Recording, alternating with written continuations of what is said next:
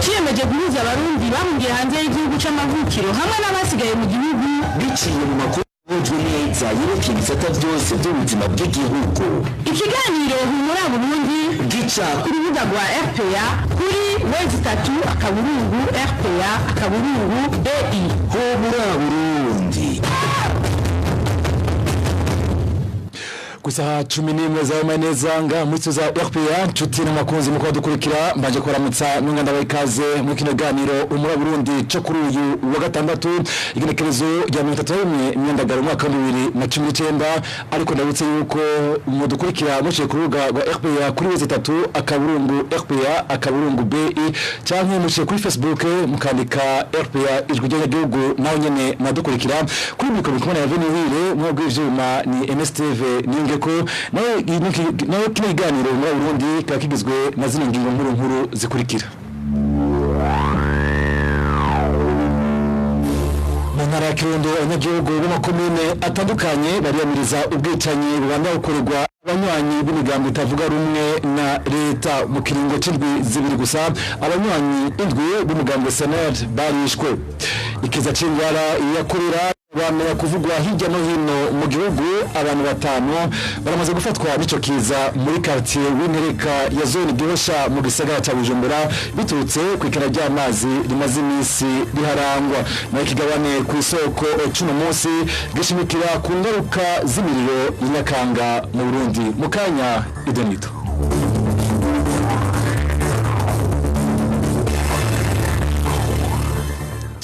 Mukomeje kwabwira mu ntango za kino kiganiro abanyagihugu b'amakomine atandukanye y'intara ya Kirundo bariyamiriza ubwicanyi bumaze iminsi bukorerwa abanywanyi imigambwe itavuga rumwe n'ubutegetsi bw'umugambwe CNDD FDD ni mu gihe mu kiringo c'indwi zibiri hamaze kwicwa abantu indwi abenshi bakora ubwo bwicanyi ntibakurikiranwa n'inzego z'ubutungane idonido na Clovis Nyunzima ariko imenyereza. Abanyagihugu biyamiriza ubwicanyi bimaze iminsi bibonekeza mu ntara ya Kirundo naho mu makomine ya Bugabira Bwambarangwe Kirundo na Ntega mu kiringo c'indwi zibiri mu kuvuga kuva ku itariki ya 10 Myandagaro uyu mwaka abagenzi basanzwe bava mu mugambwe CNL baragandaguwe abandi batogwa n'ibiziga uwavuga muri abo bagandaguwe mu witwa Munezero Eliezer wo muri quartier Rupfu mu gisagara ca Kirundo yishwe mu ijoro rya 27 ishirwa 28 babiri mu misoro y'imbonerakure zafashwe zagezwe ku mugandagura ari nazo Muninga na Gasongo zaciye zirekurwa kuri uyu wa kane muri iyo komine nyene kugerekereza 26 Myandagaro haratoye ikiziga c'umunywanyi nyene wa CNL ku nkengera z'ikiyaga Guhinda ku mutumba w'Ugera uwo nawe n'uwitwa Pascal ku mutumba Rambo muri komine Bwambarangwe kugerekereza 26 ku kwezi ku mutumba w'Nywera harishwe uwundi munywanyi wa CNL azwi ku izina rya Ndayishimiye ubwo bwicanyi bw'abo banywanyi ba CNL baravuze muri komine Ntega ku mutumba wa Murungira aho witwa Hitimana Jean Prosper batazira gahungu yishwe mu ijoro rya 18 Myandagaro rishiri rya 19 nyuma togwa ikiziga mwibara aho nyine muri iyo komine ku mutumba wa Rushubije witwa Karama Kareverien yarishwe mu ijoro rya 18 Myandagaro uyu mwaka ikiziga ciwe caciye gitabwa mu kiyaga cakozwe n'abashinwa cikabanda abandi babiri muri komine ya Bugabira ku mitumba ya Nyabikenke na Kiri bishwe ku matariki ya 17 na 19 ku kwezi umwe yari Miburo Baltazar ubundi ntiyashoboye kumenyekana imyidondoro yiwe muri kino gihe rero abanyagihugu mu makomine bariyamiriza ubwo bwicanyi bagasaba z'ubutungane gukurikirana abo bose biha uburenganzira bwo kwaka ubuzima umuntu ntibahanwe atari kwashobora kubaho kwihorahorana kuko baba bakoze ubwo bwicanyi bazwi bashyigamba no ku miryango y'iciwe ababo ku mugaragaro.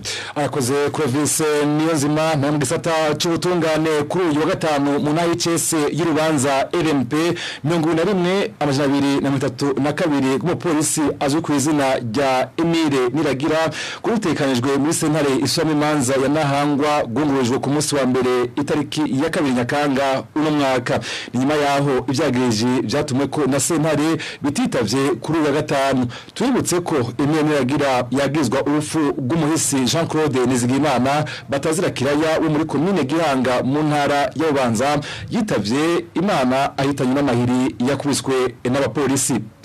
Tabandana n'iganiro muri Burundi mu gisata c'imibano ingaruka zikira ry'amazi zatanguye kwibonekeza muri quartier ya Winterekwa ya zone Gihosha muri commune Nahangwa mu gisagara ca Bujumbura. Abantu bashika kuri 5 baramaze gufatwa n'ingwara zifatiye ku isuku rike nka kolera, idonido na Emmanuel Ndayishimiye. Bamwe mu banyagihugu bo muri quartier Winterekwa muri zone Gihosha mu gisagara ca Bujumbura bamenyesha ko bashobora kumara ikiringo c'indwi batagira amazi meza n'ayaboneka akaba ari make. Ikibazo c'amazi twebwe cyananiranye mbona ko turi bugiye cyane akagira ngo bidakwijana urumva ubutondo ayo mu misozi nayo ukuntu bimeze tukenera koga tukenera kumesa tukenera guteka nk'ubu onye umva umuntu amesa rimwe nyene naho nyene ntumesa nyinshi umesa nka zitatu nka zine nyene ushobora kwambara. Abo banyagihugu bo muri quartier Winterekwa bavuga kandi ko kubera ikena ry'amazi hari abamaze kwandura ingwara zifatiye ku isuku rike. None hariho abantu baheruka kugwara kolera handi zikacari kubera bayavoma ry'amazi kubera kubura batekesha urumva ko baca bitera ingwara. Emwe batwa abantu 5 bafashwe na kolera urumva ko ari atari ingaruka mbi nyene ziraza. Abo banyagihugu basaba bijejwe gukora ibishoboka vyose kugira batorere mu maguru masha inyishu y'ico kibazo. Twagerageje kumenya ico Simeo habona Imana umuyobozi wishiramwe Regide zo bivuga ko ariko nitwashoboye kumuronka kuri telefone yiwe ngendanwa. Emmanuel Ndayishimiye arakenuye imirima igizwe n'ibitegwa vy'ingano, ibiraya, ibigori n'ibijumbu nivyo jaraye bitanywe n'isegenya ry'imvura ivanze n'urubura yaguye ku muhingamo wo kuri uyu wa kane muri komine ya Mukike mu ntara ya Bujumbura. Abarimye bari biteze kwimbura bakaba basigaye mu kangaratete. Hervé Bandetse.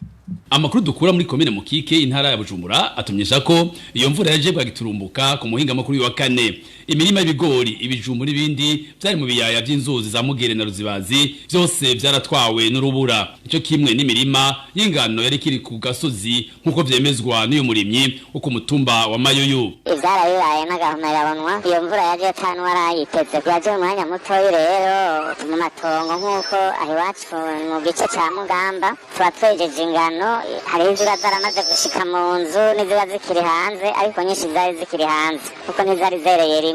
Iragwa rero n'urubura rwinshi urubura rumwe ruteye ubwoba ku buryo ikintu cyose cari hasi kitasura kuboneka haboneka ayo mabuye gusa.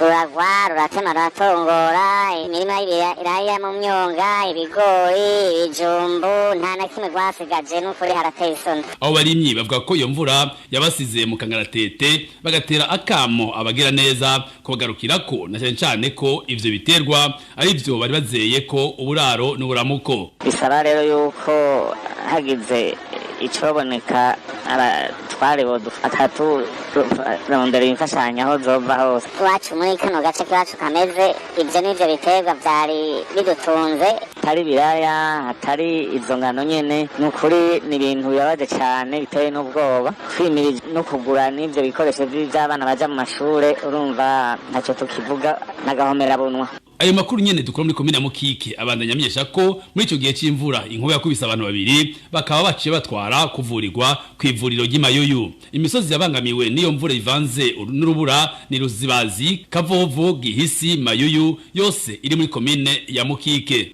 Arakoze na Hermes Nibandetse mu kanya rutandukire makuru avugwa mu mpunzi. Humura Burundi.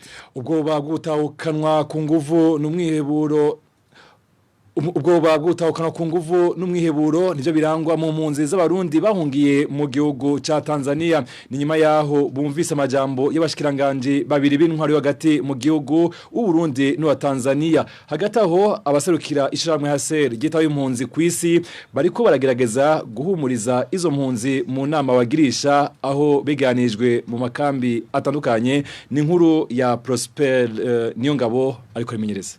Izo mpunzi z'abarundi zo mu makambi yaho mu gihugu ca Tanzania zivuga ko zifise uruhagarara runini inyuma yaho zumviye ko zigiye gutahukanwa ku nguvu mu gihugu c'u Burundi. Abo barundi bavuga ko batabona iyo bagiye kuja. Uyu numwe mu mpunzi zaho muri Tanzania abitwiganira.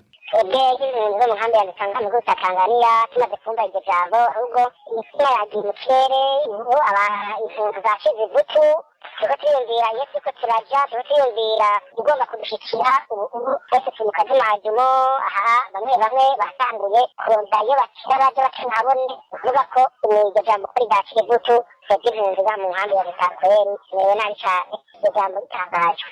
No mu makambi y'impunzi ya Nyarugusu na Mutenderi impunzi ziriyo zivuga ko zitabona uko zigiye kubigenza. Ishirahamwe gita y'impunzi HCR naryo ririko riragerageza guhumuriza izo mpunzi aho risaba impunzi gutekana mu kurindira ko ikibazo gitorerwa inyishu. Yahuza abashefere zone bose mu kambi ya Nduta n'userukira hase mu bihugu bitanu bigize akarere k'ubuseruko muri Afrika.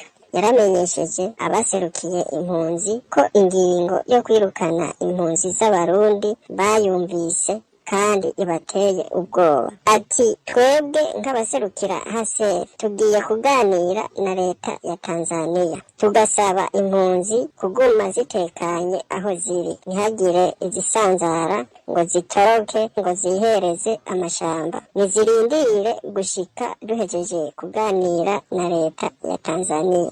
Izo mpunzi zisaba amashirahamwe mpuzamakungu yita agateka kazina muntu n'ayajeje gukingira impunzi gukurikiranira hafi ico kibazo kugira ntibatahanwe ku nguvu.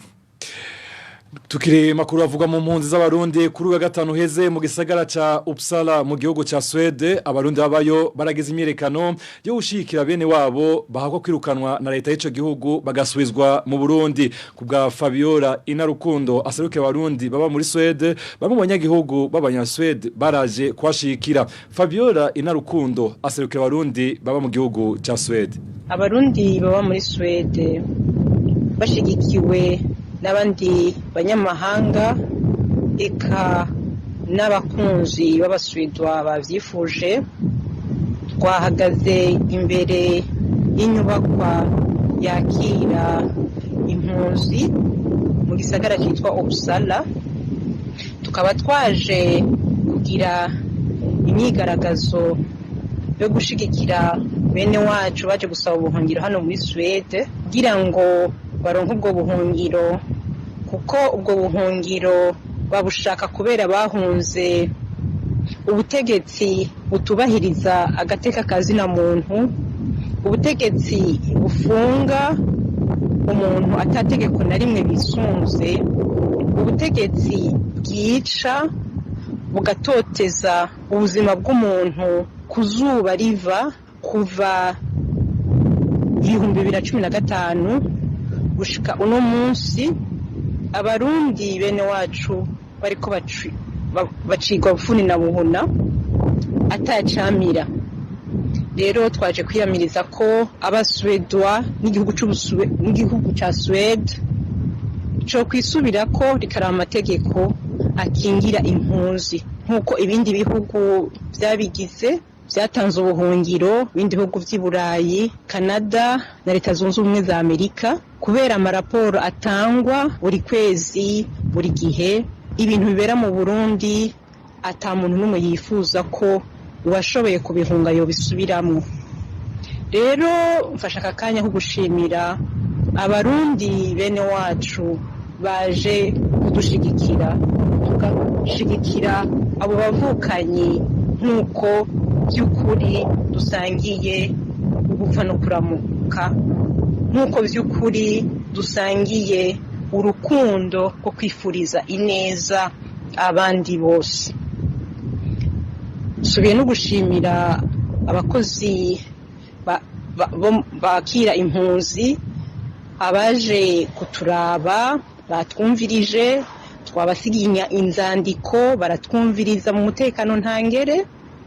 Subiye no gushimira n'abajejwe umutekano baduhaye go ruhusha kadugo ruhusha kugira iyo myigaragazo kubera iki gihugu ca Swede n'igihugu cubahiriza agateka kazina muntu kandi karatanga uburenganzira bwo kuvuga ico umuntu yiyumviriye atagitsure atakwicwa atagufungwa.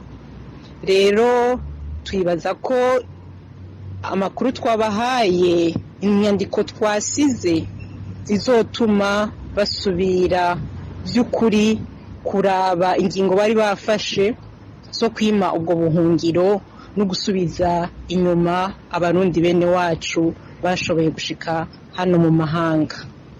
murakoze. Uyo akaba ari Fabiola Inarukundo aserukira abarundi ba mu gihugu ca Swede n'abarundi bahungiye mu ikambi y'impunzi ya Rusenda aho ni mu gihugu ca Republika Iharanira Demokarasi ya Kongo baridogera abajeje kubaha ibifungurwa kubateba kwibaronsa ni mu gihe izo mpunzi zivuga ko haheze ukwezi kose bataronswa ibifungurwa muri kino gihe hakaba hamaze gutangwa kwibonekeza ingaruka zituruka kuri uko gucereza ivyo bifungurwa Idonido na Midiel Kezakimana ariko rimenyereza. Abarundi bahungiye mu ikambi y'impunzi ya Rusenda bavuga ko baronse ifungurwa bari kuronka mu kwezi kwindwi mu ntango z'ukwezi k'umunani uyu munsi bahanzwe n'inzara. Uku kwezi twarapokeye ku rugero rwaho isite ya Murongwe bashika itariki 3 batiko barapokeza. Ikibazo c'inzara kiribonekeza haba ngaha eka no muri bene wacu bari mu isite ya Murongwe kubera nabo nyene baraza bagashanga ngaha mu Rusenda baje kwarira baraba yuko ari cyo basumva. Kubera kubura ivyo bafungura abo barundi bamenyesha ko ingwara zagwiriranye eka ngo hari n'ibikorwa bimwe bitagikorwa. Ibibazo impunzi mu ikambi ya Rusenda zifite bifatiye kuri kwezi kuba tugeze disaha tutapokeye. Ingorane ziribonekeza ugiye kwa muganga n'ubona yuko iki gihe cyo guteba kuronka abagwa bariko baragwara malaria baca biyongera bivanye nuko atabifungurwa baba bafise. Nk'ubu muri iyi minsi ariko haraba iyandikwa ry'abana ku mashure usanga n'abavyeyi badatwara abana kubandikisha ku mashure bivanye nuko kuzindura umwana kumwandikisha ku ishuri yaranye inzara usanga ari kibazo. Izo mpunzi zo mu ikambi y'Urusenda zivuga ko bari yungunganije bakaja kurima hanze y'ikambi none abarongoye ikambi barabujije gusohoka kubera ko umutekano udashemeye inyuma y'ikambi bafise ubwoba ko bagiye kwicwa na kigoyi. Usanga aba baturanyi bacu b'abakongomanyi tubana babafise bakagiranira na FRDC sangwe ihaba no munsi babemenyeje impunzi yuko atamuzi nimwe yemerewe gusohoka hanze y'ikambi. Impunzi zazo zirasohoka hanze y'ikambi kugira zirabe imirima zisanzwe zifise yuko zifashe none bazibwiye yuko zirashobora gusohoka hanze y'ikambi ntanja zifise. Aba barundi basaba ko ishira hamwe rijejwe impunzi HCR ryo bafashe bakaza bararonka ivyo bifungurwa ku gihe. Arakoze Midiel Kezakimana iganiro muri Burundi muri kurike muciye ku winganguruka nomenyi kuri wezi 3 akaburungu RPA akaburungu UBI igabane ku isoko cuno munsi gishimikira ku ngaruka z'imiriro ya Nyakanga mu Burundi ku isoko mu gishikirizwa na Thierry Bigirindavyi. Ku isoko ni kiganiro mushikirizwa ku minsi yose ya gatandatu mukagitegurirwa n'urunani rw'amaradiyo Radio Inzamba agateka kawe, Radio RPA ijwi ry'Abanyagihugu na Radio Television Renaissance. Nta mwaka ucijana imiriro ya Nyakanga idaturiye amashamba mu mihingo itandukanye mu Burundi. Iyo miriro ifise ingaruka mbi cyane ku banyagihugu no ku bindi binyabuzima biba muri ayo mashamba no mu micungararo yayo. Ikigabane ku isoko cyo kuri 31 Myandagaro umwaka wa 2019 kiza gushimikira kubibera mu ishamba cimeza rya Vyanda no mu micungararo yayo. Thierry Bigirindavyi ni jewe ndiko ndakibashikiriza kazi. Ishamba cimeza rya Vyanda rifise uburinganire bw'amahegitari 3900 inyuma yahiteye kujya umukuru w'igihugu ryo mu 2011 ribugabanirije rikabukura ku mahegitari 4500 ryari rifise kuva rigitangura gukingirwa mu mwaka w'igihumbi 1982. Turetse ko hari imihana irenga 300 iba muri iryo shamba hasanzwe harimo ibikoko aha twavuga nk'imamfu, inkende, ingeregere hamwe n'ingurube zo mu ishamba. Iryo shamba risanzwe ritunze ibiti by'ubwoko bwinshi harimo icitwa ingongo gitanga ibyunyunyu byitwa azote bikenerwa n'ibindi bitegwa. Iryo shamba cimeza ryo mu manuko bw'igihugu risanzwe riri mu ntara zibiri Bururi na Rumonge co kimwe n'ayandi mashamba birakunda kubangamirwa n'imiriro ya Nyakanga mu mezi ya Mukakaro, Myandagaro na Nyakanga. Kuva ku munsi wa Mungu hari imisozi iri kirasha mu micungararo y'iryo shamba. Muri iyo harimo witwa Nyabukumba usanzwe uri muri iryo shamba nyene. Mugenzi wacu Emile Nibasumba wo muri Radio RPA yaravuganye n'abanyagihugu bamwe bo muri commune ya Vyanda iri mu ntara ya Bururi baramubwira imvo nyamukuru zituma amashamba turigwa. Abanyagihugu bavuga ko bafise uruhara runini mu guturira amashamba ari aborozi. Abanyagihugu bamwe b'ivyanda bavuga ko 90% vy'amashamba turigwa biba bifise intumbero y'ukurondera umuyonga w'ibitungwa na cane inka. Utwo twatsi twakanovera tumera inyuma y'amezi make ishamba rihiye aborozi bavuga ko batotugisha. Muri ico gihe haraturigwa uruhande rw'ishamba cimeza canke ugasanga iryo shamba rirafashwe biturutse ku bitara bihana imbibe biba biba vyaturiwe. Abandi batera imiriro ya Nyakanga kubw'abanyagihugu b'ivyanda n'abaturira amakara. Kubwabo umuriro uturiye ibiti bivamwo amakara mu itongo ry'umunyagihugu urashobora gutandukira ayandi mashamba ari hafi yaryo. Hariho n'imicanwa yaka bivuye ku zindi mpanuka zitazwi, ariko ivyo ngo bishika gake. Abanyagihugu b'ivyanda no mu micungararo yaho bagasigura ko imiriro bene iyo igoye kuzimya.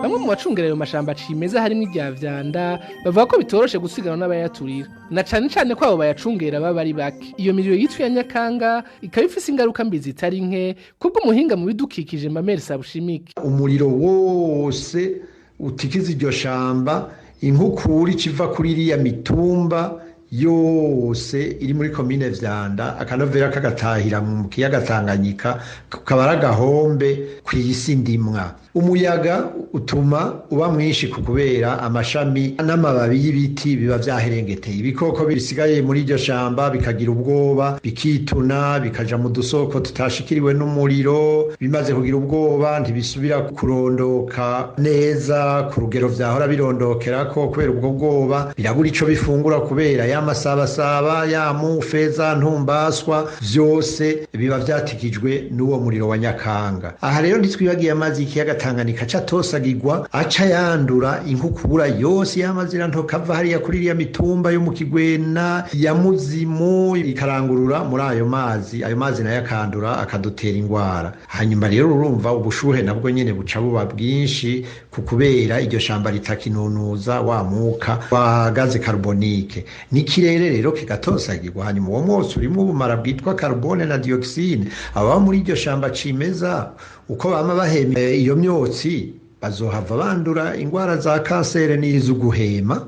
Abanyagihugu bamwe muri komine ya Vyanda bavuga ko nabo nyene bahahombera uburyo baba bakoresheje mu gutera ibiti ku misozi yabo, kuko navyo nyene hari aho iyo miriro itabisiga inyuma. Naho biruko Mamere Sabushimika avuga ko hagiyemo gushaka iyo miriro ya Nyakanga vyoroshe kuyituza. Ni ikintu coroshe cyane, vyokogwa n'abarongoye umutumba, n'abarongoye komine Vyanda na Rumonge n'imitumba ya komine Vyanda n'amazone yose, nibo boza ubwa kare mu guhimiriza abanyagihugu baba muri iryo shamba cimeza yuko ata muntu yosubira guturira umuriro. Bakararira bagakoma induru umuriro wadutse, ikinduru ikaba nini, amategeko akaja mu ngiro, bagafata abo bantu baturira kwa amategeko ariho. Ni naco gituma kuri iyo miriro ya Nyakanga twasavye babura amatari kambere gushika ku mukuru w'igihugu ngo ico kibazo c'imiriro ya Nyakanga agishire mu minwe kugira iyo miriro ya Nyakanga ituzwe. Ariko naho umuhinga avuga gutyo, bamwe mu banyagihugu b'ivyanda batubwiyeho gutuza iyo miriro bidashoboka muri kino gihe. Igishobora kwituza ku bwabo banyagihugu nishirwa mu ngiro ry'umugambi wa leta wo kurimira no kugaburira ibitungwa mu mihana utekanijwe gushirwa mu ngiro guhera mu mwaka wa 2021. Integuro y'ibwirizwa rigenga uwo mugambi ikaba yaramaze kwemezwa mu nama nshinga amateka na nkenguza amateka mu kwezi kwa Nyakanga mu mwaka wa 2018. Ikigabane kw'isoko kijanye n'ingaruka z'imiriro ya Nyakanga mu gihugu kikaba kigarukinga. Thierry Bigirinda vyinje nako ndakibashikiriza naho butaha. Cari kiganiro kw'isoko. Arakoze Thierry Bigirindavyi nonga kujyojwe giwe ducurusozera ko iganiro muri Burundi mwariko murakurikira. Nkabashimiye mubwe mwese mwawe mwanya gutegabiri kino kiganiro, nkashimira bagenzanje umwese kuco yafashije. Mwebwe ivyuma yari MSTV niyungeko ndamukengurukiye, wafasha amasanamu engineer Egide Mwemero ndamukengurukiye. Kuri micro mari kubona Hervé NIYUHIRE, nkaba ndabasezeye ndayifuriza uwa gatandatu mwiza.